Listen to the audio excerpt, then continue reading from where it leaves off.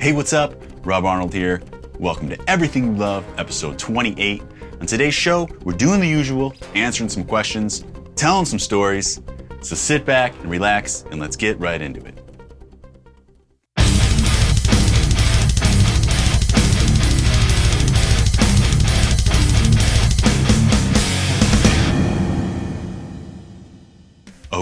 Okay. Let's get right into the questions.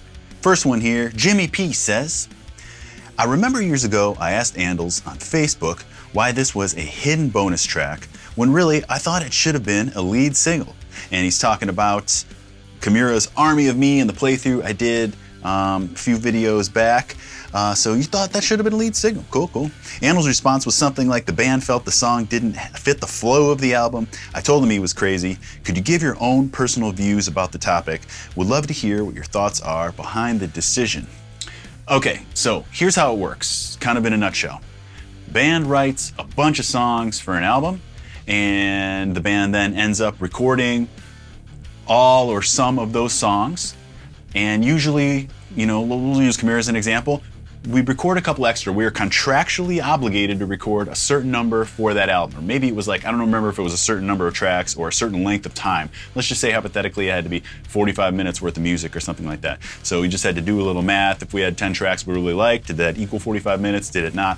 Whatever. You always end up with a couple extra tracks that are good, that you can use for exclusive things like movie soundtracks or video game soundtracks or imports. Like sometimes like the Japanese release, that import would have an extra track, the Metallica stuff back in the day, you'd find bonus tracks on different imports. So they needed those extra tracks to be able to do certain things with.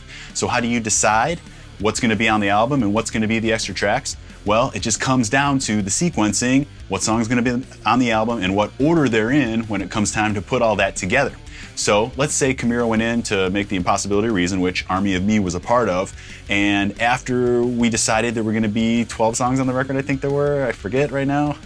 Yeah, something like that. Anyways, we had Army of Me and Indifferent to Suffering, which didn't make the record too, but we have all the batch of songs and we go through and we're kind of deciding, we're talking about this and deciding throughout the album making process and the mixing process and everything, because things take on a different light. Sometimes when you're mixing it and you're hearing everything recorded well for the first time, it takes on a new life and you decide, oh man, this has to be the opening track. Maybe it was just some track that you thought that was going to be later in the album, early on in the process, but as it comes to life, as new ideas are added, as the producer gets involved and puts in cool new vocal hooks, or there's some awesome new part, a lot of the time that song may move up in the track order, and generally artists want you to hear the songs that they want you to hear in the order that they put them on the album, at least back in the day, before all these singles and shuffle on Spotify, which has changed and all that. So at any rate, when it came down to decide the songs, we decided that Army of Me and Indifferent to Suffering, which both became what we call B-sides, ones that didn't make the album that could be used for exclusive things. We just didn't feel that it had the guff at that time. It had what we wanted for the record. Now, in hindsight, would I trade and put Army of Me on the album? Yes, I do. I think it fits well, and I think Andals would agree that it would fit the album as well too. Who knows what he was talking about at that time? But would I trade it for maybe like a song like Crawl or something like that? Probably, but you don't know at the time. You're just going with what feels right at that time, and at that time, it felt like Army of Me should maybe just be an exclusive cut, B-side for something else. And thank God it was, because it ended up on the Freddy vs. Jason soundtrack, which so many people discovered Kimura by, because we were in the credits of that movie and there was a cool soundtrack with lots of cool bands. So I'm happy with that decision. I wouldn't change anything now, because who knows if that same thing would have happened had another song been on there. So anyways, you just don't know. You go with what feels right at the time, and at that time, the collection of songs that currently make up Impossibility of Reason are what we thought was best. Okay, next question from Cody. I can't quite remember the year, but it was after The Infection came out, might have been when Coming Alive came out. You guys were part of the Mayhem Tour cycle, which I was lucky enough to see you guys play, and also met most of you at your tent, which was dope and surprising. Anyway, my question is, did you guys enjoy doing traveling festivals like that, or did you guys prefer doing more of just a classic tour with a headliner and an opener sort of thing? They seem like two different beasts, each with their own pros and cons. So you're definitely right. They're both totally different situations. That Mayhem Festival was an outdoor touring festival, just like Ozfest for those who don't know, where we just show up in a different city and there's like tons of bands and playing outdoors, multiple stages, that sort of thing. I gotta tell you, I absolutely love that environment. Just something about playing outdoors. I'll tell a cool story. Maybe I've said a little bit before, but I remember, I think it was maybe 2001, Camira was on tour with Spineshank, and we came through San Bernardino, and Spineshank was just jumping on that one Ozfest date, and Camira wasn't on there. The management wasn't able to get us on or whatever, but they were able to squeeze Spineshank into a slot. So Camira, we just got to hang out all day. We were just backstage at this Ozfest, hanging out with all the bands, and I remember watching Linkin Park from the side of the stage just as they were exploding. They were one of the headliners at this festival, and they were on the stage looking over I'm guessing the San Bernardino mountains and stuff, and planes coming overhead, and I'm just standing there just doing like, dude, I gotta do this someday. This is what it's all about. And thank God, by the blessings of many, I did do that many times after that, and it's awesome. There's something about playing outdoors on the stage and just the crowd, the amount of people, which is totally awesome, and just getting to play in front of these huge crowds outdoor, and the whole environment, the like almost like summer camp with all the bands. Everybody travels, overnight, shows up in the next city together, and it's kind of like you're just at this big festival grounds, and just you play early, and then you just have all day to just get into trouble and have fun and watch other bands and hang out. Totally rules. Now, of course, personally, I love the club and theater, arena, everything indoors too. The whole thing was wild, but definitely some of my greatest memories are from those outdoor festivals like Mayhem and Ozfest and stuff like that. Just a real treat to be a part of those things. Chris Jacobs wants to know, between now and the end of your musical career, what goals or maybe bucket list accomplishments would you like to fulfill? What would you like to accomplish during this chapter of your career, be it realistic goals or wishful thinking? Man, bucket list stuff, that I could still do, but I haven't. It's just like a tour with Metallica. That'd be awesome, but that's getting tougher by the day as I'm not actively in the touring circuit and they're getting older. But any of those big bands, any of my favorite bands like that would just be great bucket list type stuff. That'd be sweet. But with what I'd like to accomplish during this chapter of my career, which is kind of just, I still just do and talk about music every single day, and now I just happen to be filming it here, for YouTube, and so it's cool. And what I would like to, I don't really have any like goals. I don't know. I don't really set up goals for myself, even though I hear that's what you should do all the time and work towards those goals. I kind of just wing every day. But I'd say that I just want, if I had a goal or what I would like to accomplish, is just continue to grow the YouTube channel. I feel like, and I hope you can agree with me, that my message here, the things that I try to share with you guys, and through my tutorials and what I like to teach, and just the stories I tell and things like that, I like to think that I offer some value from the music industry and guitar maintenance, and just what I can tell you guys about gear and my touring experiences and things like that those sort of things people find interest in. Obviously, you wouldn't be watching right now if you didn't, but I'd like more of you. I'd like to just have a wider audience to share this information that I love with. And it goes back to the prior question about playing outdoors and playing those big festivals. Many of you guys have heard me say that when I would play those huge festivals, let's say the big European outdoor festivals where sometimes, it'd be 50, 60, 70, 80, 90,000, 100 people, there'd just be crazy amounts of people. People would ask, what's that like? And a lot of the time when I think back, I never would be like, oh my God, this is incredible. I would just think, good, the opportunity to have our music heard by this many people at once. There's just like, you could play 100 club shows, Camira could, play 100 club shows and reach the same amount of people that we can reach in one show playing at this huge festival. So that's how I think about this YouTube thing right now. All I want is a bigger platform to share the same information. It's not like right now, if tomorrow I woke up and had 1 million subscribers, it's not like my content would change. At least I don't think it would. Maybe it would. I don't know. I'd have to be in that situation to totally know. But I would just think, good. More people to spread this message to hopefully entertain and share what I can teach and that stuff with. So that's really just what I'm trying to do with this whole thing, is just trying to grow it. So if you're not subscribed to the channel, make sure you are. I'll use this opportunity to ask you to do so. Next on the list, a simple one from Mr. James Roby. Your favorite pickup, active versus passive, and why? The EMG 81 active pickup all day long. Many of you guys know that, and I'll tell you the reason. It's just because when it was introduced to me, it sounds good. And how was it introduced to me? 2 reasons. 1, I saw Metallica play them when I was a kid. And 2, they just came stock in the ESP guitars that we were given early on, and that, you know, we formed a great relationship with ESP and have been endorsed with them ever since. And that's all I've been playing really is ESP guitars, and they all come with 81s. You know, now I could ask to have anything put in there, but generally most of the ESPs, especially during that time, were just coming stock with 81s for metal type guitar. And so they just sounded good, and I didn't have any interest really in trying anything out. I am interested nowadays. I'm interested in like the Fishman stuff. So many of you guys, you know, recommend stuff to me all the time. Blackouts, bare knuckle, just, you know, all these different ones. But the thing is, to me, in my kind of like, I like to think I have a little bit of a, you know, a scientific mind. I like to experiment and compare things and stuff like that. And it frustrates me with pickups that it's one of those things that I can't easily compare one to the other. You can't easily A/B pickups, at least not in a way that I've found thus far. You know, when you're experimenting and trying to A/B something, which is comparing A to B, you want to have as little variables as possible, because variables can cause, you know, changes in the conclusion. So to me, I think about it like, okay, so I've got this guitar with, let's say, an AMG 81 in it, and I want to hear how this through my rig, and I want to hear how it sounds with a Fishman Fluence, I don't know, one of the Killswitch guys ones or something. So what do I have to do? Unless I'm thinking about this wrong, go ahead and correct me if I'm wrong, but I have to unplug, break everything down, put the guitar into my station, take my strings off, switch out this pickup. Maybe it's a quick connect, maybe I have to rewire everything, I don't know. Put it all back together, tune up, walk over to my amp an hour later and play again. And can you really tell the difference? Yeah, this sounds great. Does it sound better though? Does it sound worse? I can't tell. So I've always thought to myself that the only way that I can think of to make a great comparison would be to have 2 of the exact same guitars, 2 RA600s, 2 of the exact same Les Pauls, whatever. And then you have 2 different pickups in them.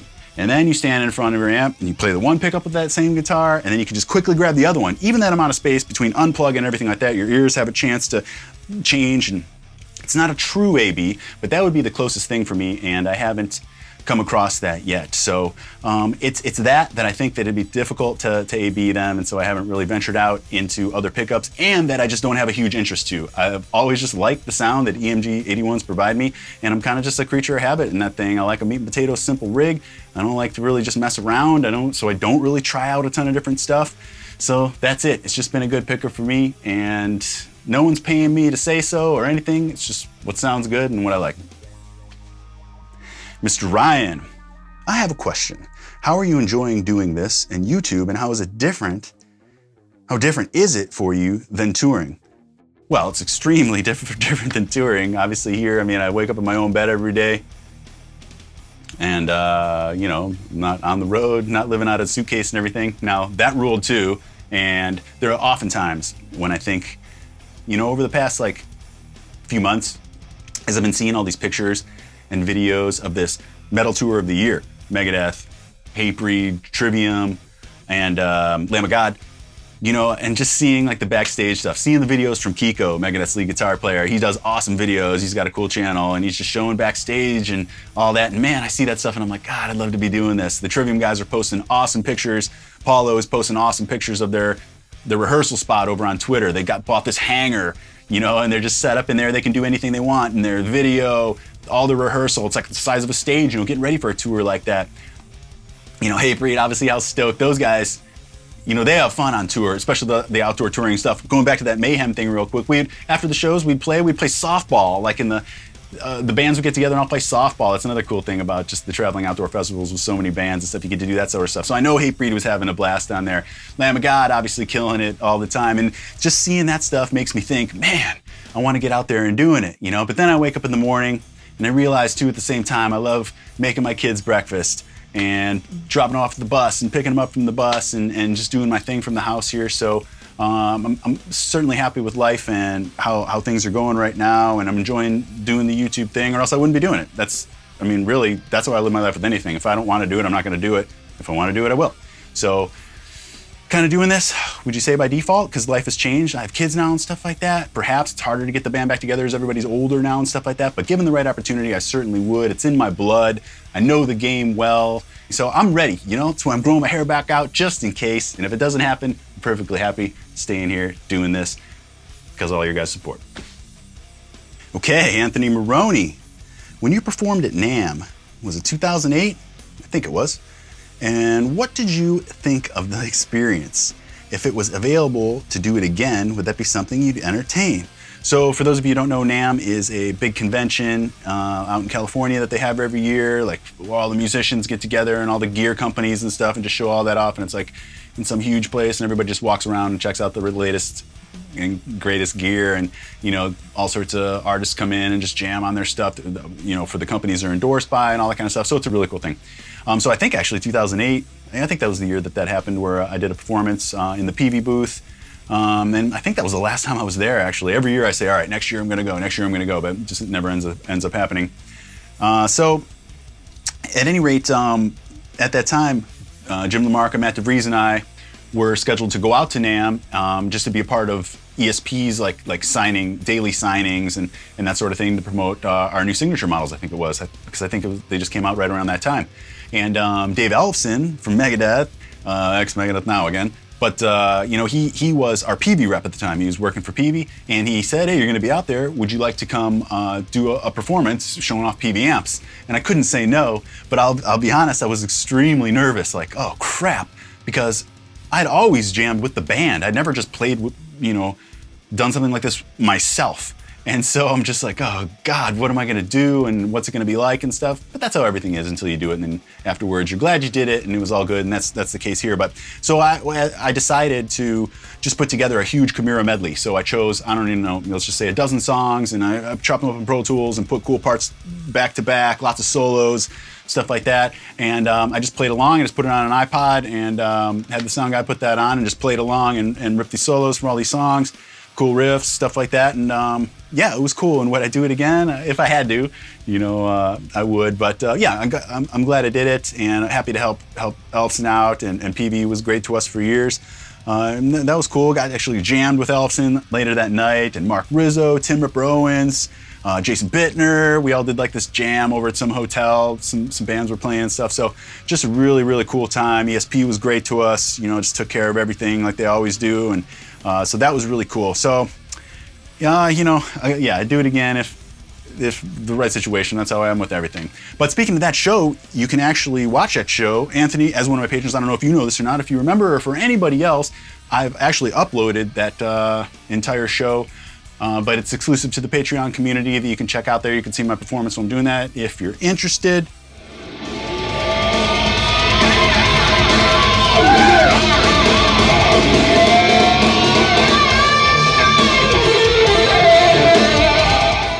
Coming by. Those of you who don't know me, I'm Rob Arnold from a band Chimera, and was asked to come by and play some stuff for you guys. I really didn't know what to do, so I kind of just put together a bunch of Chimera riffs and solos into one big medley, and just gonna try that out and see what happens. So it takes about 20 minutes. Hope you guys can bear with it. Also in the Patreon community over there too, we've got 3 new tabs: Overlooked, Down Again, what's the other one? Stig Murder. And that's part of a big collection of Chimera tabs that we've got going on over there. All official, made official by me. I'm not creating the tabs. My buddy Ali is. Thank you, Ali. But I check them all out. They're all good. If there's any discrepancies, we go through and fix them up. So they're all killer tabs. There's tons of Chimera stuff, Elite stuff. We're constantly going to be adding more. We're working on a special surprise for that coming up soon. So yeah, if you are interested in that type of stuff, watching that video, plus other exclusive videos, getting these tabs and stuff like that, make sure you check out my Patreon campaign. Also, if you weren't aware, last couple months I've been doing these giveaways on Patreon where I'm just giving away cool memorabilia stuff, Chimera stuff that I got at the house here.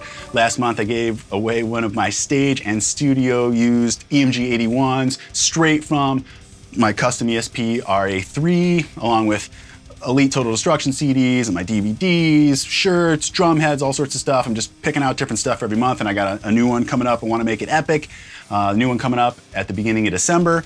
So again, if you're interested in helping support the channel and taking advantage of some of the perks that my Patreon campaign has to offer, please read about it and see if it feels good to you at patreon.com/RobArnoldWorld. I got some new custom guitar picks that I will put on the screen right here. We've got a full color, just Rob Arnold one there, and a heavy metal over everything, my design there, and a classic Chimera Resurrection pick that was actually part of Chimera pick packs we made way back in the day, but I had a reprint done on those, and you can get these 3 picks for free if you order my Guitar Instructional DVD. Unfortunately, that's the only way to get them, and the reason for that is that I need a way to move these DVDs. Recently, Hal Leonard, the company that manufactures the DVDs, closed down some big warehouse, and they contacted a bunch of artists like myself who have products with them and asked if we just wanted these DVDs. So rather than see them go to waste or whatever would happen, I got a ton of boxes delivered here to the house, and I have a surplus of them now, and I'd like to get them out there. So I had these picks made to include free. I'm also offering free shipping on the DVD right now worldwide. Some of those European countries that are ordering them, I'm just eating the whole cost altogether because the shipping is expensive, but hey, whatever. Like I said, I just want to get these things out there. And even if you're not a player or you already have the DVD or you don't care but you still want these picks, that's the price of it, $24.99 just to get the DVD. Give the DVD to a young player or use it as a drink coaster. I don't know, but that's the only way to get these picks right now. And if you're interested in them, please check them out at robarnoldworld.com. Finally, just gonna mention my main man, Ichabod Crane. He's like a hardcore gangster rap type dude, but also big into metal. One of my patrons, so he's a metalhead, loves Chimera, loves everything we got going on, but he's got a new EP out that he just released a couple weeks ago called The Metalhead Slum. Just Metalhead Slum, but that just came out. Make sure you check that out if you're a fan of that type of stuff, just some hardcore rap, some riffs in there, stuff like that. Give it a listen. Everywhere fine music is streamed or here on YouTube. So I appreciate everybody tuning in for this one. I'll be back with another one soon. The next one is going to be special. Going to have a special guest on that I can't announce just yet, but we just set it up this morning. I'm super excited about it. So look out for a special guest in Everything You Love, episode 29, coming soon. Thank you guys, everybody, patrons, subscribers, anybody who just took the time to watch this stuff. And if you've made it this far, you know what to do. Make sure you're subscribed to the channel.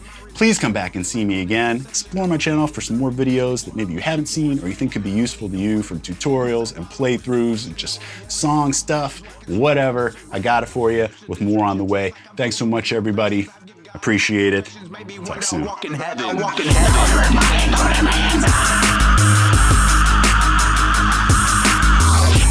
This is a sin, we cannot win, that's okay. Captain 10, cause my fist is coming straight for your chin.